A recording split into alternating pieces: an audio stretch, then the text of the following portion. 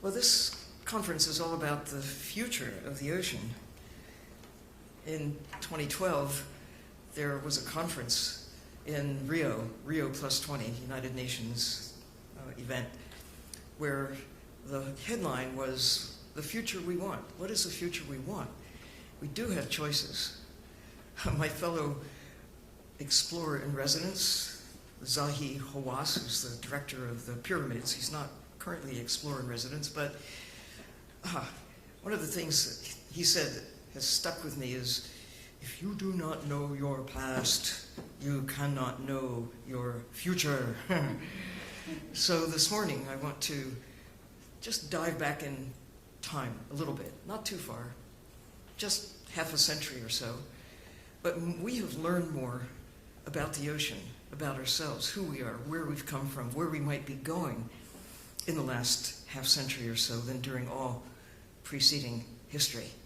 But the best is really yet to come. This is a moment in time. We're armed with knowledge and also with opportunity to use the accumulated knowledge and maybe a little dollop of wisdom along with it of all preceding time that is invested in the current generation. That would be you and the kids who are coming along, of course. So, yes, I'm a Jersey girl.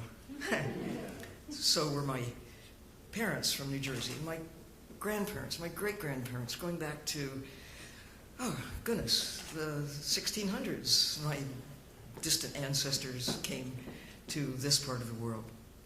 And I'm really pleased, and thank you for inviting me back. I'm going to take you now back in time a bit, assuming I can make this function. Yes, when I was 12, my parents moved to Florida. My backyard was the Gulf of Mexico. There was a library there where I read about the exploits of William Beebe, a soulmate. I just did not understand how much was unknown at the time and is still unknown. Beebe and his engineer partner, Otis Barton, crafted a little steel ball, crawled in, and took the plunge. I mean, what a concept.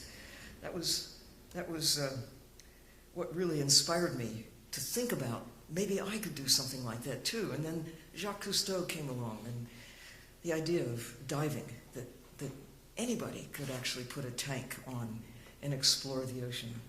So over the next 10 years or so, I began as a young scientist learning how to dive and using diving as a means of exploring and understanding the nature of the blue part of the planet. So I was ready when I had a chance to participate in an expedition.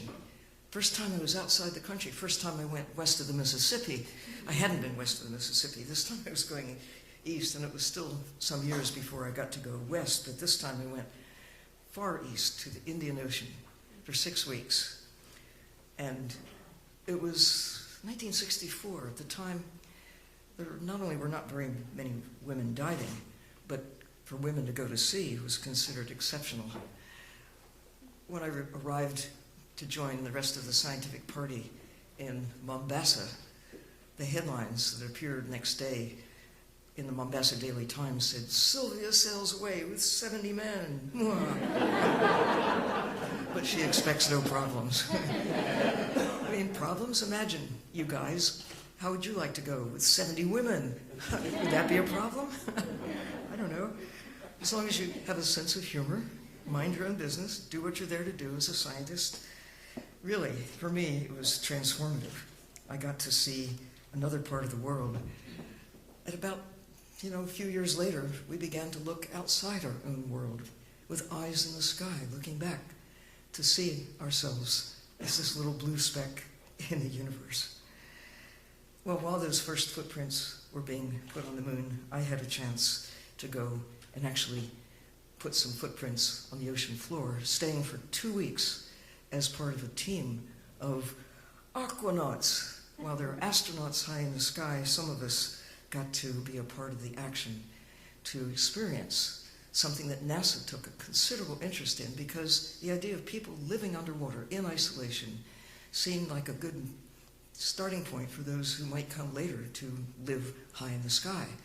And NASA still has an interest in looking at how aquanauts behave and work in a weightless environment as a way to simulate going up into space. So it was amazing. We had, they still weren't ready for men and women spending time together underwater, living together underwater. Come on, 1970, there weren't any women astronauts at the time. The idea of women aquanauts was still just a little bit new. In fact, they didn't call us aquanauts, they called us aquababes, aquabelles. The one I liked best was the aquanauties.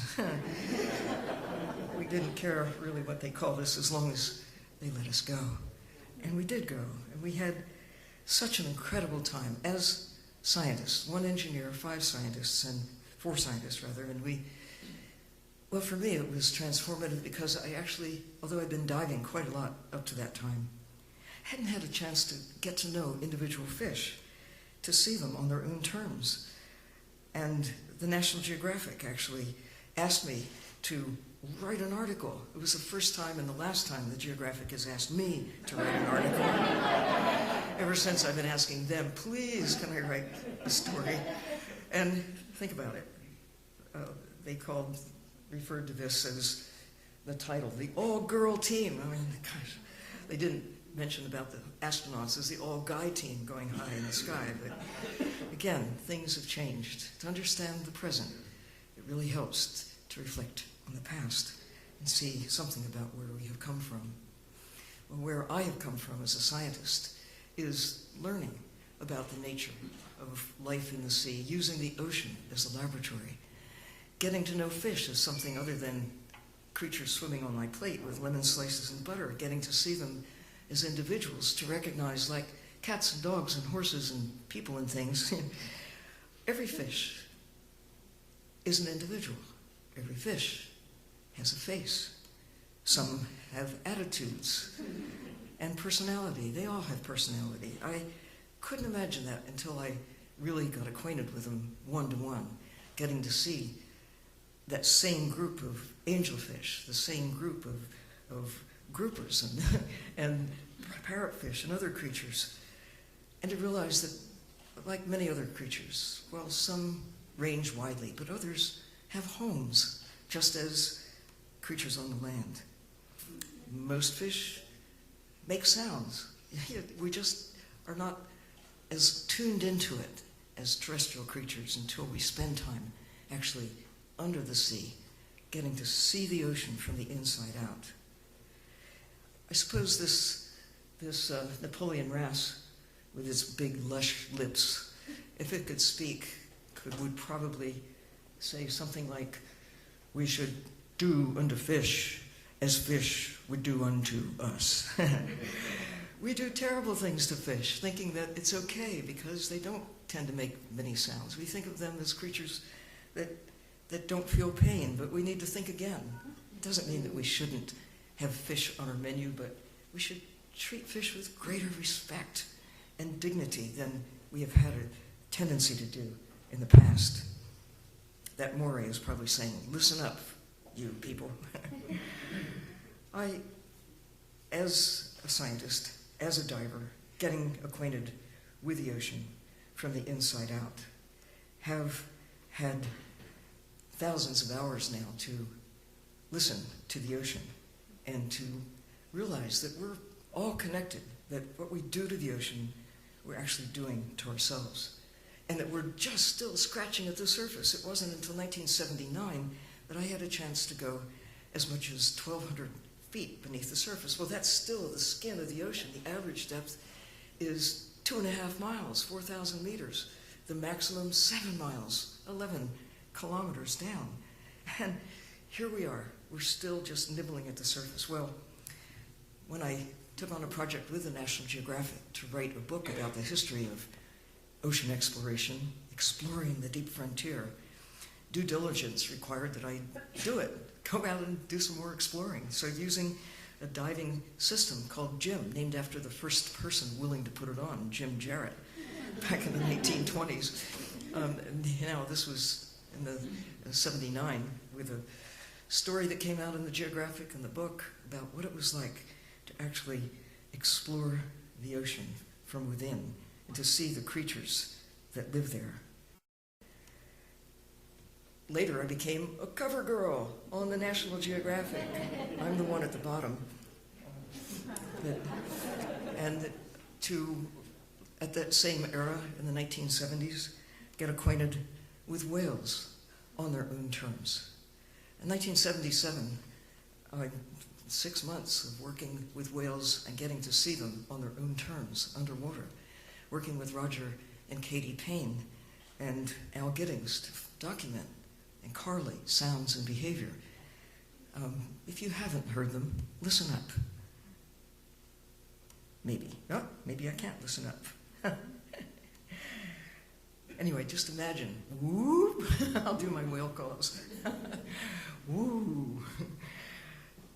Now we know that the ocean is not exactly a silent world. What we do know is that we have the capacity, with new technologies that we have, to extract from the ocean on a scale that is unprecedented in the history of the planet. That we came perilously close to being able to, and almost did, eliminate a number of the large whale species.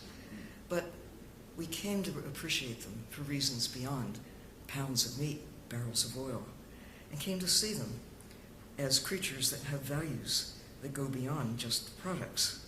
And we're getting there with respect to other creatures as well. Think about the way we've treated the ocean. Just using the ocean as a place to put things we don't want on the land. Using the ocean as a place to test nuclear bombs, for heaven's sakes, blowing up whole islands, not just individual reefs for experimental purposes or for fishing, but entire islands. In the 50s and 60s, amazing how we have behaved toward our life support system, the ocean. Yeah. Trying to make it work. It did work. Well, yes. In the 1950s, there were no plastics in the ocean. Here we are, early in the 21st century, awash in the debris of things that we have allowed to flow into the sea. So it's partly what we're taking out of the ocean, partly what we're putting into the ocean. We are in a time of extraordinary change, and we're witnesses, all of us are, to this change in the way the ocean functions. We thought the ocean was too big to fail, going back to the 1950s and 60s, and a lot of people still have that attitude. But when I got to be the chief scientist at NOAA, I heard a lot about what we were doing to the fish, so capable of extracting that we weren't really thinking in terms of the impact that we're making on populations of creatures that we came to take for granted as endless. The tunas, the swordfish, the sharks, the cod, for heaven's sakes. It just seemed that our job was to take, not realizing that we could take so many that their future, and maybe ours too, could be threatened in one way. In fact, I made such a fuss about the fish when I was at NOAA that they called me the Sturgeon General. It's just one of those things, but at the same time, we're beginning to understand the connection between what we're putting into the atmosphere, the burning of fossil fuels, the carbon dioxide, the methane, the greenhouse effect, warming the planet, and as we all here in New Jersey know too well, bigger storms, more frequent storms, storms that are unprecedented in their magnitude and their impact now, with more people living in coastal areas to be impacted by storms when they come ashore. Now we know what we could not know when I began diving. We couldn't know. We didn't have the knowledge from people high in the sky, or those who were exploring the ocean, or the technologies to weave all this information together, to see patterns, to understand something about where we fit in. Now we can see the consequences in the melting of polar ice. Bad news for the creatures who live there. Good news for shipping. Good news, some people think, we'll have more benign weather in the places that are now frozen. But when you really pull back and understand the impact of what we're doing to change the nature of nature, we have the power to do this. Do we have the will to use that power to stabilize the way the world works? Once we know, that's the turning point. That's the key. We have the capacity to understand what we're actually doing. This is an image of a reef in the Coral Sea that I first visited in the 1970s when it was ablaze with life. But when I went back in 2012, evidence of our impact on these ancient systems. We have the power to destroy, to kill. We also have the power to care. And this is the moment in time, as never before, to exercise that new understanding, to secure not just a place for the fish and the reefs and all of that, but it's really about us. Now, the National Geographic would not claim credit for this picture. It's a scientific image of the cornerstone of our life support system. If you like to breathe, you'll listen up. That's Prochlorococcus, tiny little creature that we didn't know about until 1986, the same year that we began to stop commercially killing whales, the same time when we began to claim territory, the exclusive economic zone around the nations of the world. So we have opportunities as well as responsibilities out in the ocean. So I'm letting that image linger just a bit because, 20% of the oxygen in the atmosphere is generated by creatures you can't even see. They are so small that it took an accident almost to discover their existence. A lot of these little green and blue-green planktonic organisms drive the great ocean food webs, influence the atmosphere by generating oxygen at the same time that food, through photosynthesis, is locked in. So, here's the interesting new insight. About 40% of the plankton phytoplankton appears to be gone as compared to what it was when I began diving in the 1950s. Well, we can still breathe. We still have 20% oxygen in the atmosphere, just enough carbon dioxide to power photosynthesis and a little bit more than we need. That is now driving the great changes in temperature and acidification of the ocean. Another thing that we couldn't imagine 50 years ago. But now we know everything we care about is not only linked to the ocean, but it's linked to us and our behavior. What we do or fail to do will make all the difference going forward. This is a moment of opportunity, a moment that will, as never before. So, photosynthesis, little guys that the somewhat larger guys feed on, leading to the really large ocean creatures, the tunas, the swordfish, the whales, the seals. But it starts with sunlight falling on the ocean, driving these great food webs. Now we know that there is in the ocean a counterpart to what we're now thinking of as ways of capturing carbon, sequestering carbon. Blue carbon is now on the balance sheet. Not just carbon credits for holding trees in place, but carbon credits for holding ecosystems in place. Here's the great food web in the ocean in action, and I came to understand that it's really important while you're observing these food webs in action not to become a part of it yourself. The sharks and the tunas and the birds all zooming around at high speed. Well, the ocean has certainly become a part of our food chain. Well, when I first began diving some years ago, I was told to watch out for the sharks. Sharks were man-eaters, and that's something I didn't have to worry about personally. But now the sharks have to worry about us eating them. 90% of the sharks, the big ones at least, some of the small ones are still in pretty good shape, but those that we can get at and turn into fish and chips or fish chowder or whatever it is, as well as shark fin soup, a luxury item that has really been bad news for sharks around the world. Bad news for the ocean. But the good news is sharks are now being respected for other reasons. And so the little island country of Palau was the first country to really protect sharks, understanding economically they really do benefit that country because crazy people such as I pay big bucks to go to Palau to swim with the sharks. Wouldn't you? I mean, why not? Sharks, we now know, were not on their menu, although sadly they continue to be on ours. Around 2000, I was a part of a small and changing, growing group of individuals at the National Geographic identified and given a chance to be explorers in residence at the National Geographic. It was really good company. I recognized Bob Ballard, perhaps. You'll see Johan Reinhardt, the ice maiden archaeologist, Wade Davis, who's a Canadian explorer, really fixed on human history, and Stephen Ambrose, who's a historian.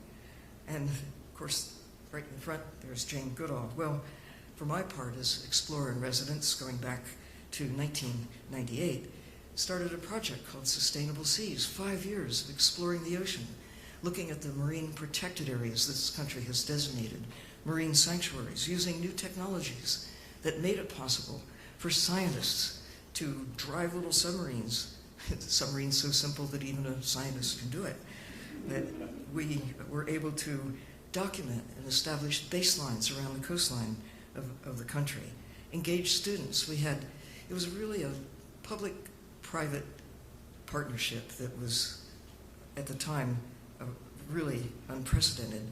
Had more than 100 institutions, businesses, 8 elements of the government, especially NOAA. NASA also participated, but NOAA provided ships and personnel in partnership with a Goldman Foundation that supplied $5 million over a 5-year period. We also, during that time, had a chance to use some of the technologies that still enable people to go live underwater and to use new systems to stay longer, get acquainted with the ocean, using the ocean as a laboratory. What a concept. This is something that makes sense given the opportunities that we now have. You see thousands, well, millions of aircraft, and on the ground we've got means by trucks, by cars, by you name it, vehicles that can go on the surface of the land and the surface of the ocean, but under the surface we are still just beginning to get to where we need to go. Going back to the era of Beebe and Barton in the 1930s, they only went half a mile down, and that's about as far as, for the most part, little submarines with acrylic spheres are still taking people about 1,000 meters down. But that's just, again, the upper part of the ocean. Most of the ocean is dark and cold, under pressure. That's where most of life on Earth actually is, out in the sea, below 1,000 feet, below 1,000 meters. What are we thinking? Why aren't we out there in the ocean instead of sitting here talking about it this morning? There's such an opportunity at this point in time. I actually was so motivated as a scientist that I started working with engineers, and I've started 3 companies, including one that my daughter and son-in-law own and operate, fostering new technologies to be able to push the envelope, to go deeper and stay longer in the ocean. I mean, this is that moment in time.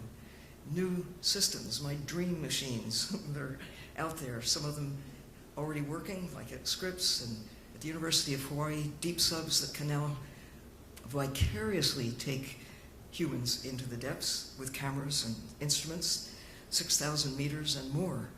And of course, another fellow explorer in residence, James Cameron, going all the way down for the 2nd time in history to the deepest part of the ocean, 52 years after the first descent was made. Well, going to the deepest part of the ocean is really easy. It's going down and coming back that's the tricky part. And it was a special joy for me to see that the company that my daughter and son-in-law really built the manipulator arm, a little piece of California, went down to the bottom of the ocean and came back with James Cameron. And you see, there's a National Geographic flag right there in the middle with a Rolex on the manipulator arm. So one of my other fellow explorers in residence, Enrique Sala, has undertaken a really magnificent project with the National Geographic, identifying those critical areas in the ocean that are still in great shape. Now, I can lament, I do, that half of the coral reefs are gone since I began exploring the ocean. I don't think my exploring the ocean had anything to do with the fact that they're gone.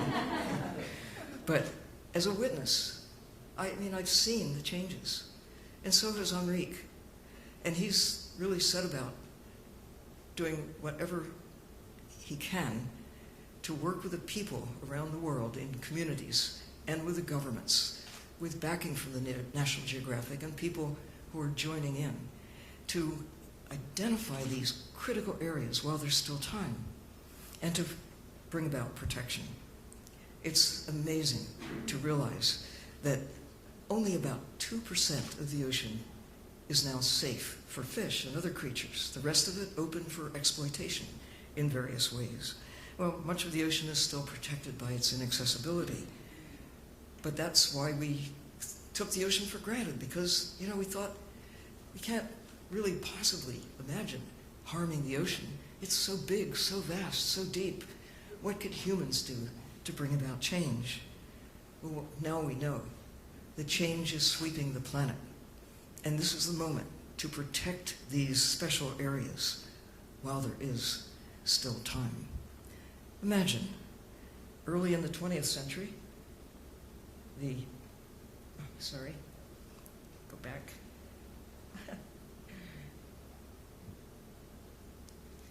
We had this brilliant idea, humans did, to begin protecting the land with national parks. What a concept. Next year will be the centennial of the national park idea. Some say it's the best idea America ever had. But the ocean, why not? Protecting the ocean with parks, protected areas, whatever you want to call them, sanctuaries, monuments. As never before, we have a chance to reach into the ocean, out 200 miles around every nation. There is this opportunity to do so. And then there's the high seas beyond, where nations can agree that together we can do more to protect the ocean that gives us life. Now is the time to give back, to be able to really embrace these places that remain. I call these places hope spots. All of the pristine seas are certainly hope spots, reason for hope. But there are other places, and I'm working with IUCN, the International Union for the Conservation of Nature, and of course with the National Geographic, to go around the world to embrace places that aren't necessarily in great shape, like Chesapeake Bay, like Tampa Bay, where I first began exploring the ocean as a kid, along the coastal areas around the world and in the high seas beyond. Reasons for hope. More than 100 places have been identified where people are beginning to express their concerns and beginning to work with governments to bring around the kind of protection that is needed. Now, just offshore, a little bit north of here, there's one such place that I didn't know about until I went to a Boston Sea Rovers meeting last year and heard about Cash's Ledge. There's a mountain that comes up 100 miles offshore. It had been fished heavily, but for the past 15 years has been protected. It's one of the places that is a good candidate for ongoing protection, because there, imagine it, they're big cod. They have found this place and are doing what cod do best, using this as perhaps a safe haven. And maybe there will be more cod as a result of protecting an area where they are currently safe. Now we know. And I'm pleased to be here with a room full of knowing people, people who care. You can know and not care, but you can't care if you don't know. Now we know that this is the moment in time, as never before, to use the accumulated knowledge with that little smidgen of wisdom, one hopes, to embrace the ocean, to think about where we have come from, and imagine a future, the future we want, that is a better place than what otherwise would be the case. if we continue business as usual. So, thank you for having me here. Onward and downward.